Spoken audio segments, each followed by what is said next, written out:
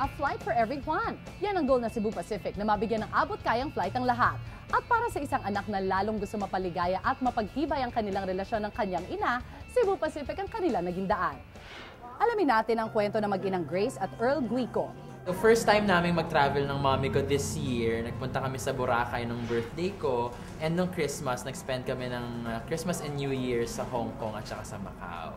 Nag-enjoy ako kahit talagang ang tao to, yung salubungan ng mga tao, kahit malayo, kahit basta importante, magkasama kaming dalawa, talagang feeling turista kami. Parang napapanood ko lang sa TV, pero sabi ko, bahalang araw, sasakay ako dyan sa Cebu Pacific. Kasi first time ko nga sumakay na airplane. Talagang magandang service nila. Nakapangako ako sa kanya na after I graduate, ako na ang mag-breadwinner sa pamilya. So, syempre, kumikita naman tayo ng maayos. What if isama ko si mommy sa isang trip na magiging unforgettable, tsaka bonding namin together. Maraming salamat sa Cebu Pacific.